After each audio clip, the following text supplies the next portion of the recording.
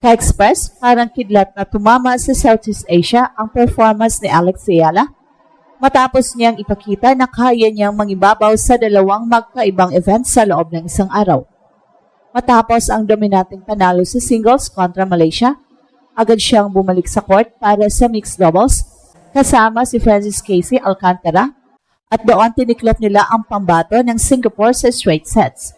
Walang pahinga, walang lusot, isang malinaw na statement ng Pinay power sa tennis. Sa isang iglap, naging official na ang triple medal assurance ni Alex sa 2025 SEA Games.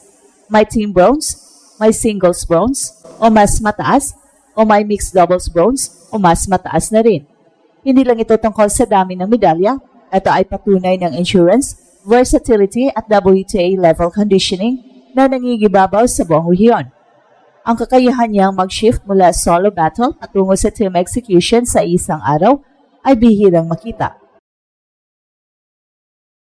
Mahalaga rin ang chemistry ni na Alex at Alcantara. Ang power at precision ni Alex mula sa baseline ay perpektong bumagay sa veteran net play at court IQ ni Alcantara. Resulta, kontroladong rallies, malinaw na rolls at walang puwang para makabawi ang Singapore. Ito ang klase ng partnership na panalo sa short format tournaments. Sa puntong ito, nagbago na ang narrative, wala na ang pressure na kailangan ng medalya. Nandiyan na yon. So ang tanong ngayon, ilang ginto ang kayang iuwi? Papasok si Alex sa semifinals ng singles at mixed doubles na may mental freedom at aggressive intent. Ang bronze ay launchpad, hindi destination. At habang papalapit ang susunod na hamon, malinaw ang mensahe, handa ang Pinay Pride na tapusin ito sa ginto. Buong momentum ng Philippine Tennis Campaign ang nakaboost ng mag-cruise si Alex Ayala sa laban kontra Malaysia sa women's singles ng SEA Games, isang win na agad nagpahusay sa outlook ng bansa sa tennis. Nilampaso ni Alex si Shihomi Leong ng Malaysia sa straight sets, 6-3, 6-1 at agad siyang pumasok sa semifinals, isang panalo na nagbigay ng guaranteed singles medal para sa Pilipinas. At hindi lang ito simpleng panalo, kasabay sa una niyang singles victory, nagkaroon na rin si Alex ng mas malaking konteksto. Meron na siyang team bronze mula sa women's team event, kaya ang singles triumph na ito ang nag-convert ng momentum patungo sa personal podium security para sa bansa. Well, sa madaling salita, hindi lang team success ang dala niya, may personal hardware na rin na nakataya. Technically, makikita kung bakit malakas ang performance ni Alex.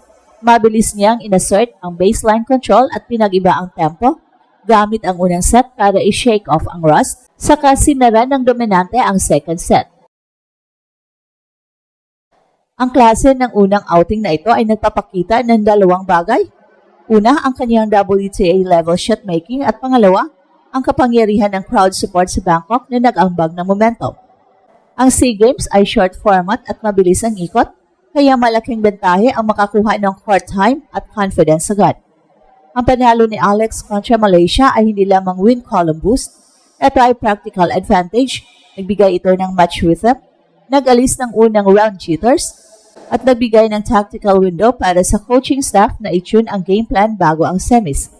Importante rin ang timing, kasabay ng singles progress, agad siyang bumalik sa doubles duty at tumulong sa mixed doubles win kasama si Alcantara. Isang resulta na nag-seal din ng isa pang assured medal.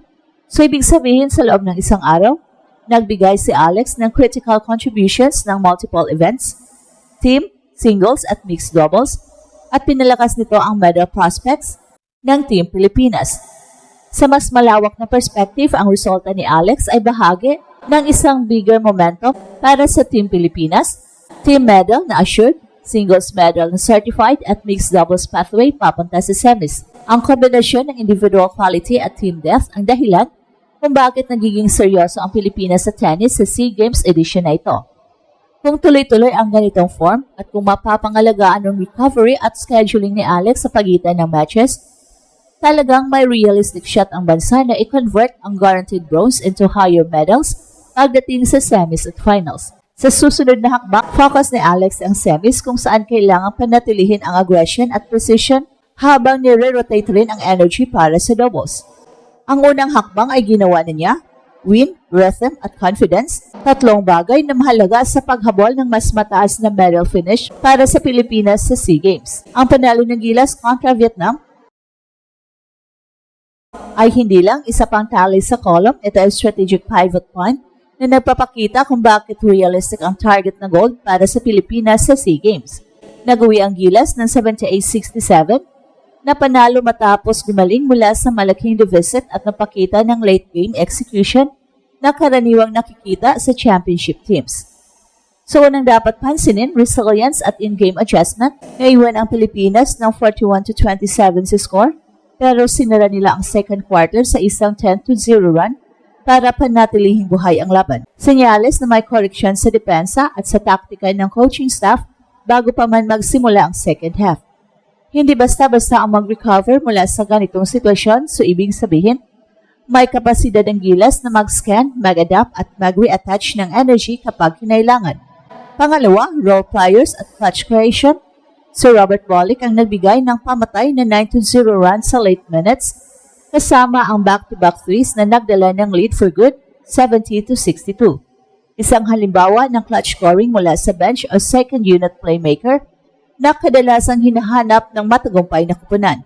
Ang pagkakaroon ng reliable burst scorer gaya ni Bolick ay nagpahintulot sa Gilas na hindi umasa sa isang scorer lamang at magbigay ng tactical flexibility sa rotation. Pangatlo, defensive identity at rebounding control.